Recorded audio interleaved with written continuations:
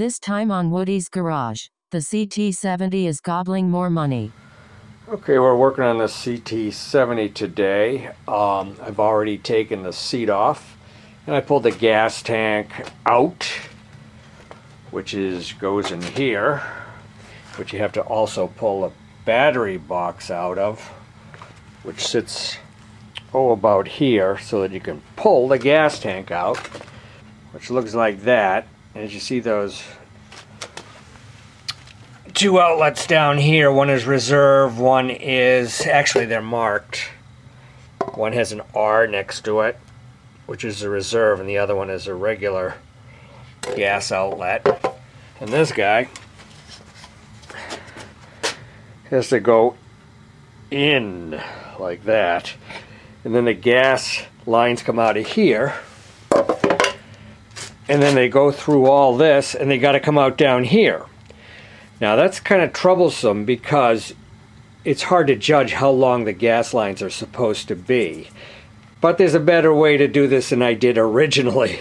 First I thought I'd take a measurement with a ruler and have lots of extra, and I didn't, and the gas lines barely made it. But this time I got some new gas line and I got a different trick. So let me set up the tripod and we'll see what I'm going to do. So this is kind of difficult to video because I'm in the basement because it's freezing outside. Here are the old gas lines here, and you can see that there's two. As I said before, a regular and a reserve. So this time I'm going to put the hose, this cool looking red stuff, on, and then push it up through the hole there, drag them up through here and attach them to the gas tank, then put the gas tank in. I got some extra length on that, and then I'll cut it in the middle so that I can put it on the carburetor.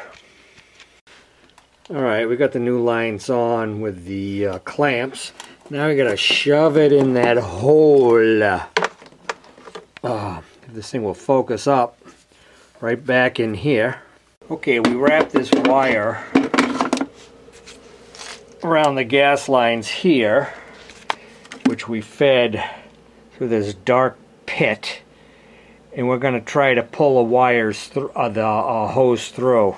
Okay, I dragged the light over here so you can see a little bit better. I got the gas hoses through. They have to compete with the coil that's right there. This is the end of the air filter that lets in air. It's distorted over time. And the wiring harness, you can see that white block junction box. And you know, you want them to be as free as possible, and they are. So now I'm going to try to take a loose measurement. Probably cut them off about here, you know, and probably end up about here once I put the gas tank in. But you also have to hitch it up to the gas tank, which it's all such a pain in the ass, because then you're going to have extra hose there too. So okay, we cut the hoses. Now on the gas tank we got to decide which one of these is reserve and which is regular.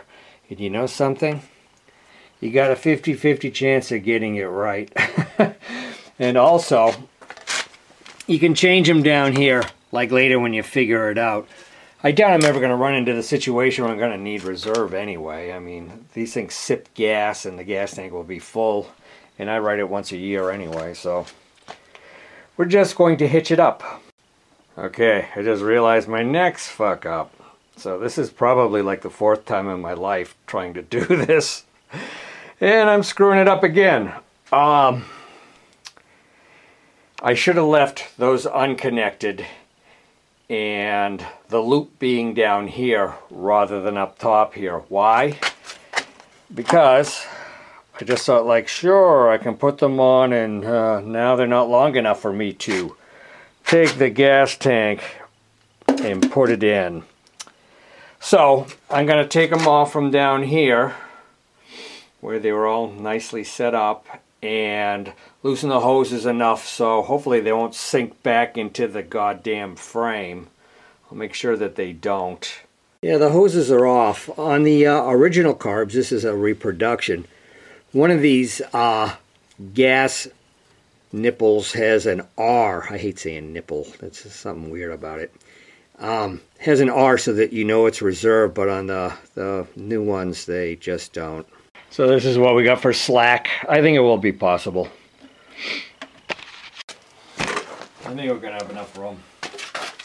Gas line's on. The gas lines down here have just about an inch to spare, and I got it in. So now that it's in this far, now we got to pull some gas line out.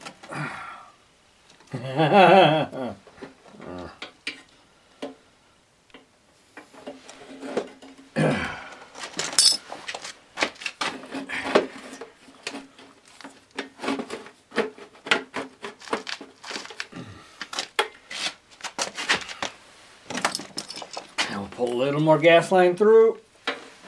Okay.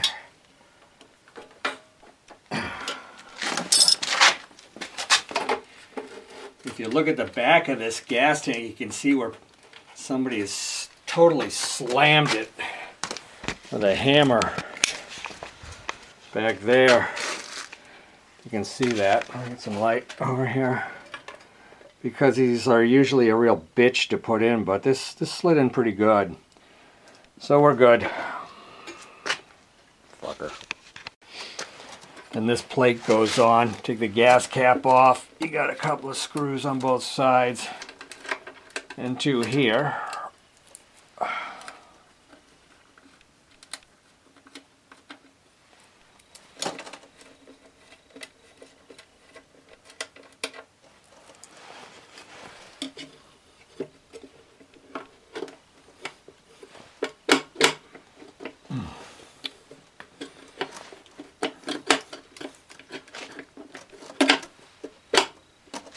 Yeah, why isn't that going on easier?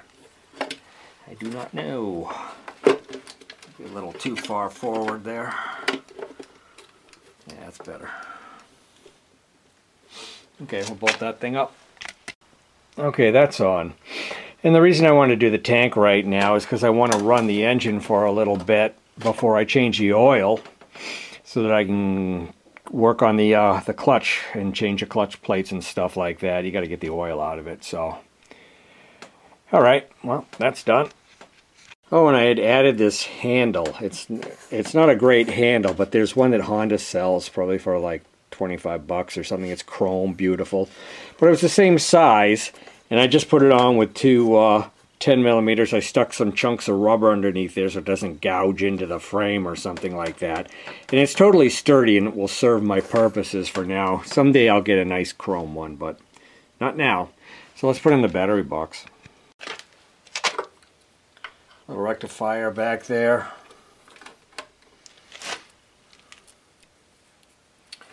I think I had all the lights working on this bike, but I'm not sure. That would be nice. We will find out.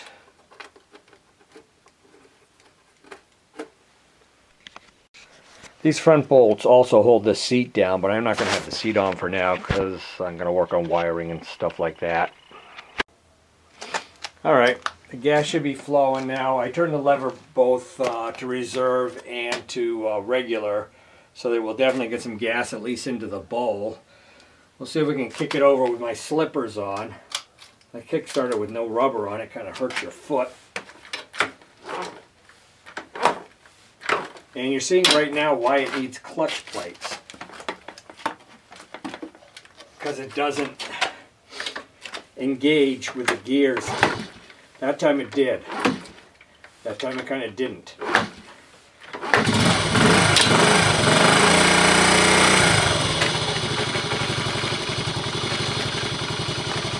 That should make me happy, huh?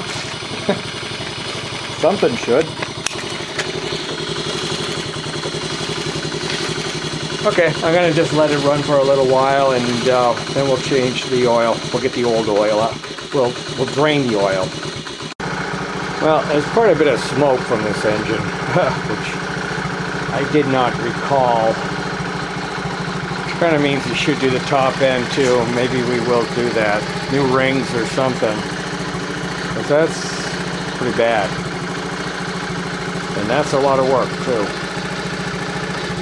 Well, it's running fairly good, but it definitely still is smoking, which is, you know, an unexpected thing, especially now that I got to do the clutch first. And yeah, just like the clutch, I got to take the top end apart to see, you know, what piston's in there. I don't know if it's been bored out or not. But under here, we have a, what is it? Under here we have a 17, it's like right in the center. We have a 17 millimeter bolt that we got to take out our drain plug. I'll take that and drain the oil.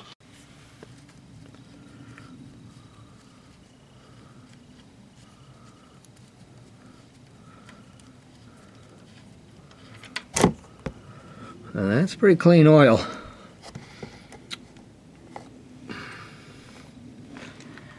There's less than a quart in there. A lot of people do insist on using motorcycle oil because it's different than like car oil because it's made for wet clutches. So we might get a quart of that, which will probably be about 20 bucks or something stupid. It's no wonder I haven't used it in the past, huh? Okay, the oil's out. Now what we got to do is we should take off the foot pegs. You got to take off the foot pegs, really. 4 bolts underneath there. Unfortunately, they hold a kickstand too, so the bike has no way to stand up. So you got to lean it against something, preferably on its side. We also got to take off the kickstart here. Kickstart off, there was just a 10 millimeter screw. The splines on this look pretty darn good. I might, it's funny, rubber, a new rubber for the kickstart is like $9. A new whole Kickstarter with the rubber is like $14. So I think I might get a new kickstart. So about 13 millimeter, I think, on the 4 bolts under here, if you can see them. Hopefully I got 4. I feel 3. Yeah, these strip out sometimes. Sometimes they get dirt in them and someone screws it in and fights against the dirt and strips it out, which is bad news, which is probably the case here. Foot peg assembly off.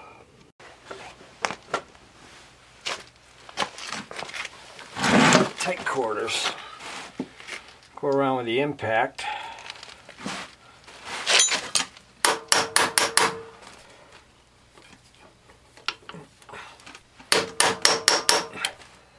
Now these screws are called JIS screws, or Japanese International Standard, I believe.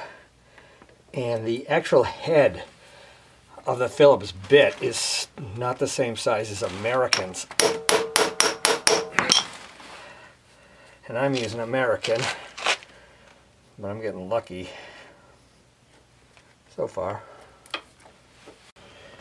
And once you get them loose, you can go back to a regular screwdriver and just take them all out. There are different lengths and stuff. I'll lay them out. Ooh, they look really nice. I'll lay them out in an order so that I remember where they are. Maybe punch them through some cardboard, or I have a little thing that I put screws in. I'll show you after I take these out.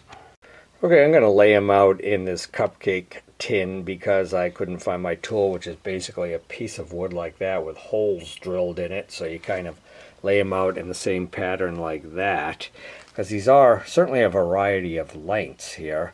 And the two that had to share the cup, these two are down here on the end, are the same length. So we lucked out there. We're just giving it some love taps. I already heard it separate from the engine, but if I could save this gasket, then I could actually finish this whole clutch job today. In case you're wondering, that's where you adjust the clutch, and yes, I've tried to adjust it many times, and it's come down to, yeah, you got to change the plates. So I'll keep tapping and try to get this case off. And just a note, if you have one of these aftermarket exhausts, the bottom of this is sharp as shit. And here we are with today's Band-Aids that don't even fucking stick. Scotch tape did the trick for a little while. Like almost, I mean, look at how much is left of the kickstart shaft to clear. But, and it kind of looks like I may have saved the gasket, but I'm doing things like taking this hook screwdriver, putting a kind of a rag around it. I put it in the oil fill hole so that it wouldn't screw things up with a rag. And I've been tugging on it that way. I undid the adjustment, but that didn't seem to be hung up. It just kind of fell in there and we just lost an O-ring. And I'm also trying to get behind it with the rag once again. But right now I got it out far enough that I can get my hands behind it. I just can't get the damn thing off. I don't know what's holding it. I'll wiggle it a little bit like this. And then I'll tap in the kickstart for what it's worth. Although it doesn't really seem like it's hung up on that. I don't know. I can feel the parts falling off inside too, so that's good. Yeah, we got it pretty much intact. This is a piece that sits right about up here. Floats around on that thing. It's held in sort of by this thing. Gotta note the angle on that. Will we ever get it back in the right place? Well, I hope so. I'm not sure how you go about doing that. But boy, it looks nice and clean inside, pretty much. Considering I've seen much worse. And the best news, we saved the gasket. Remarkable. That saves a ton of work too, that you don't have to scrape it all off and everything. Okay, kind of videotaping this for my own head. I pull this off right about like that. No, more like that. That arm. And there's a little spring which we already took off. This thing comes out. And that thing's got to come out. Yeah, oh yeah, this plunger thing. That goes... Oh, I just dropped the spring too. Ha! There's the spring. That goes in here, I believe, although that doesn't fit very tight either, so I'm going to have to relook at that. Okay, the next thing to do... God, everything looks nice and clean in here. It's remarkable. It's wonderful. What a change from Dirty Sanchez. That dirty bastard. Okay, we got to see if we can get these off. And there's a gasket under here too I forgot about. Yeah, we're probably going to rip the crap out of that one. And this bearing might come out easily, but not. Okay, next scary thing.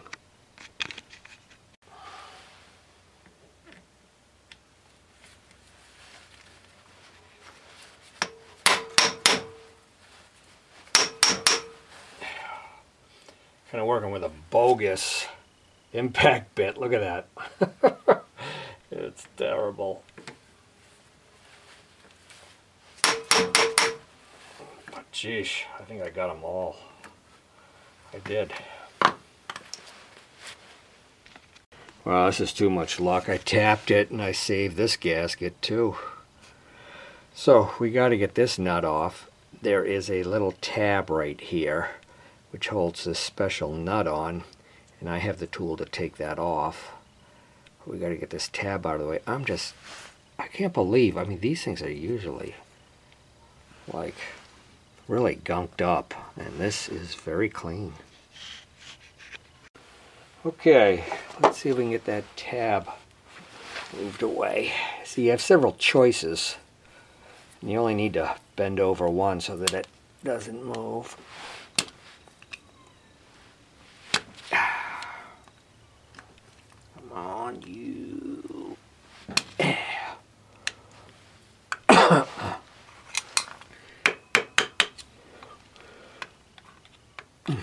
I get it? I can't even tell.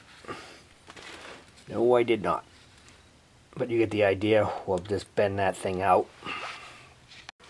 Yeah, a smaller blade got in there to push that thing away. Now you got to take this tool, and these things fit right into there. Or should fit right into there. They do. And I'm going to try the hand impact to get this off. Sometimes, I know on my Honda 90, I had to stick a penny between the primary gear and the clutch in order to get it off. Because it's going to want to turn. But let's see.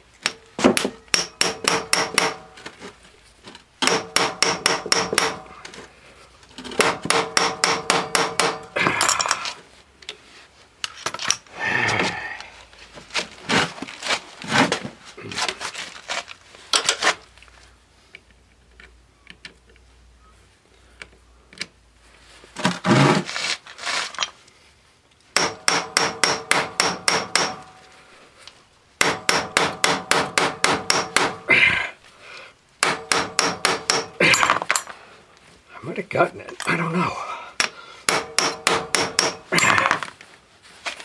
I did. I did. Nice.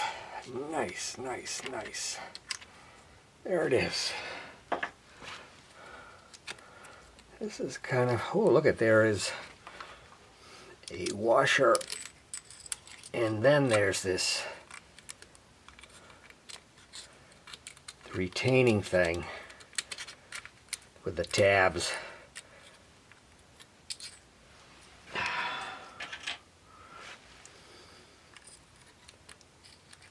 I didn't know there was another washer under here, but that's good to know. Since I'll probably forget about it by the end of the day.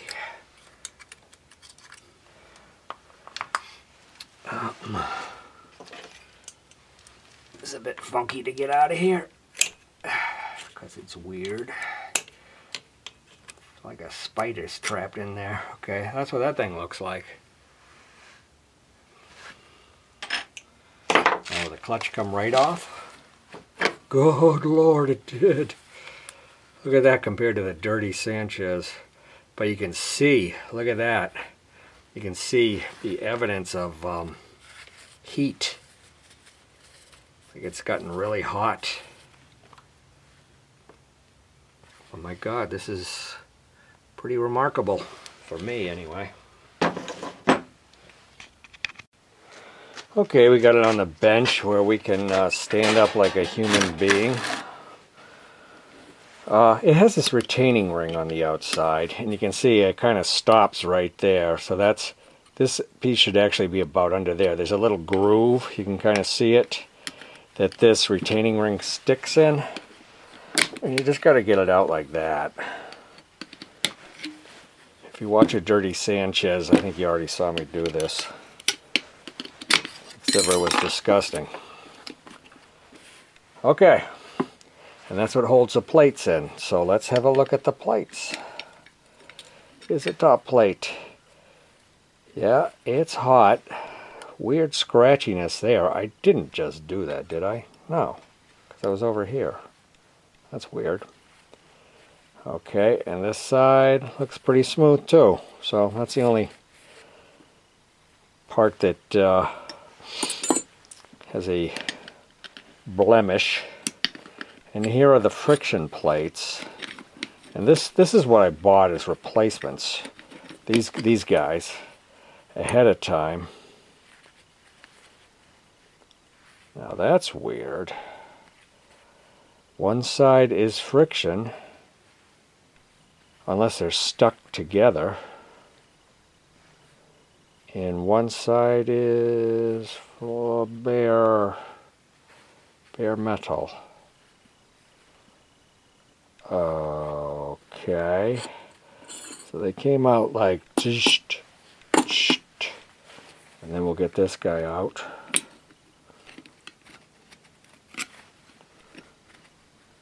Maybe I should say this gal out instead of this guy. I always say this guy. I'll get this gal out. I don't make anybody upset. Okay, this one has... Huh. This is definitely not what I bought. So this is friction on both sides. We'll put that there. And then on the bottom here, it's the whole hub. It's not another plate. So I think I got to order the right plates.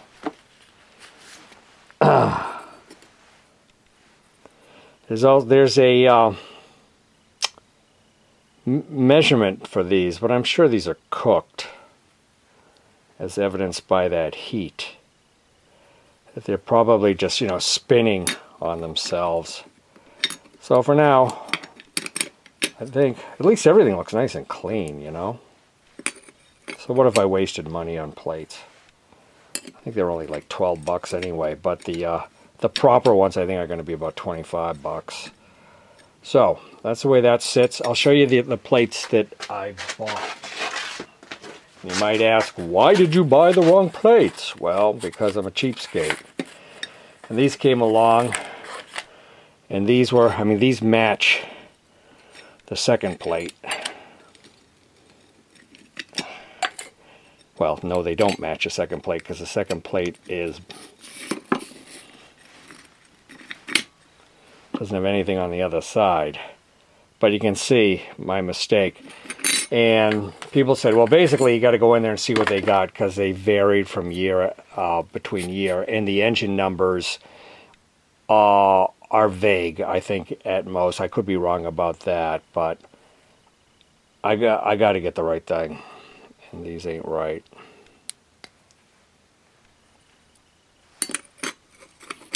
Amen. Back on the CT70 this morning, and I want to show you what I did with the brake. I threatened to do this. The brake has an edge here that determines the height of the pedal. And the only thing I could figure out to do so that the throw wasn't like yay long to engage the brake was to weld up this front edge. And my welding skills are terrible on a flux core welder. And so I added some here in order to make contact sooner. We'll put it on and see how that goes. That's the edge that it butts up against, and you can see that's really mangled too. I didn't even look at that. And I could weld that, but then how do you finish that edge? Messy. Yeah, I really wish I had noticed this edge first. Duh. I don't know, how does this go on? Something like this. That can't be right because that's way too easy. Does it go this way? Yeah, it goes this way.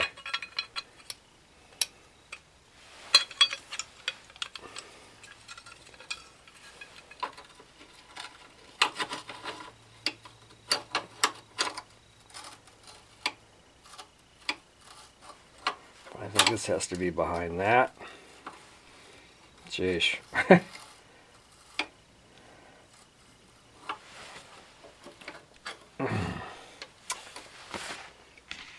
Yeah, I had to look at my other CT70 to see how this goes. This piece right there sits on top of the lever. I thought it went on the bottom.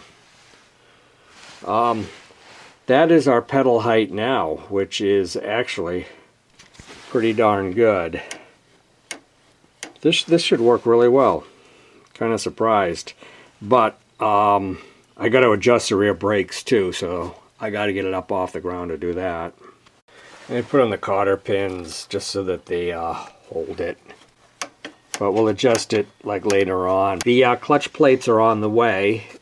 Okay, so we've had the clutch plates in for a while. I've been painting my house, so I haven't been able to do too much mechanical wise. We got it down to this state. You could break it down a little bit further because there's springs inside of here that could be measured, but I'm going to kind of go on the fact that they're okay. If they're not, well, then I guess we got to take it apart again. There was some accumulation of grime and dirt in here, just like on the Dirty Sanchez, which was packed, that I cleaned out. And I've been cleaning now inside here. There are these roller things that I cleaned out. I haven't seen this on other people's videos, which I think is kind of strange. But they sit right in there. Great camera work, I know. Right in there. And I've cleaned out where the plates sit. So we're just going to reassemble it. And I think I'll put you on the tripod. Okay, I'll probably put a lot of this in fast forward. We'll clean up these little cylinder jobs. And they just sit in here, if you can get them in right. So that they look like that. I'll show you when I got those in. Yeah, I got all those in. They fit very precise, so a little finicky getting into the hole, but I guess this is what they're... Oh, yeah, thanks. This is what they're supposed to... They're supposed to be able to move. Like, I guess, a car pressure plate. Like, these are what pushes against the springs. I know, I'm not really illustrating that very well.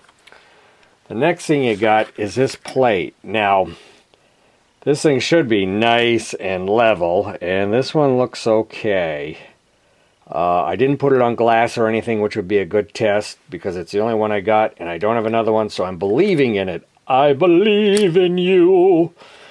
Goes down like that, has these springs right there that come into play. Now basically with this, what you want to do is you have these plates. These are the new plates I got. Yeah, they got light rust on them. My guess is the first time the clutch spins, it's going to wear that off, so I'm not too worried about it.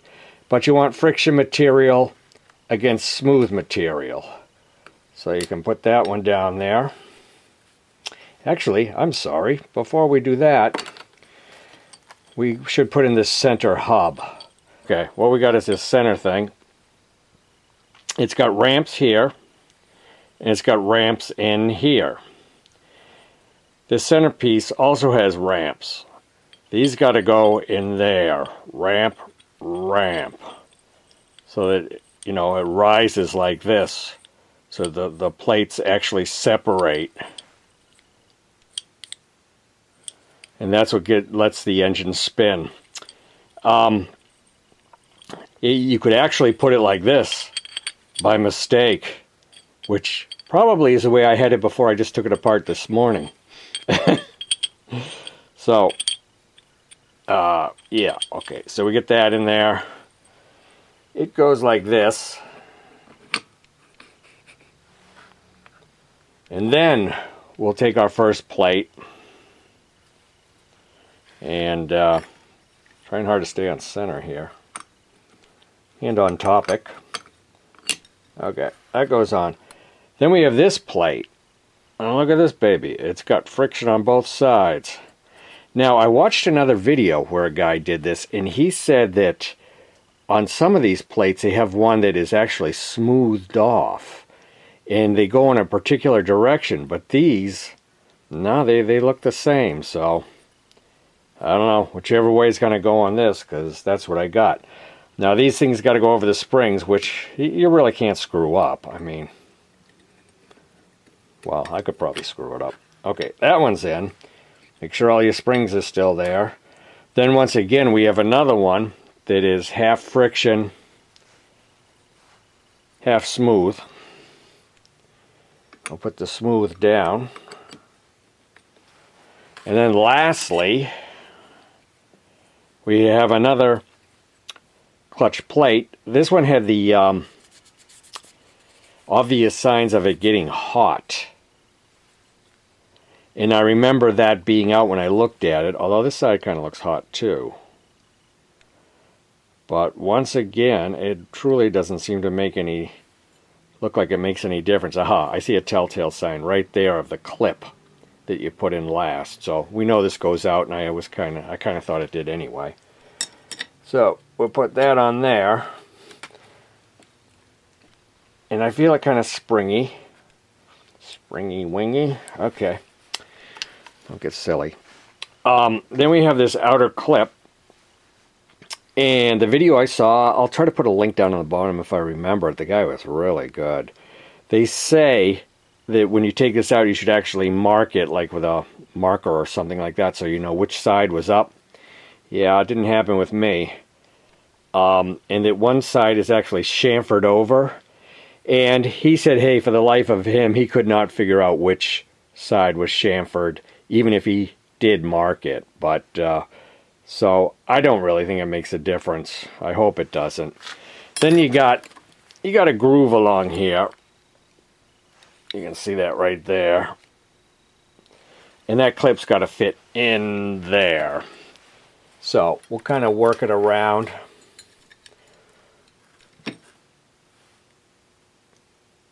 This you can kind of see that this was actually pointing down.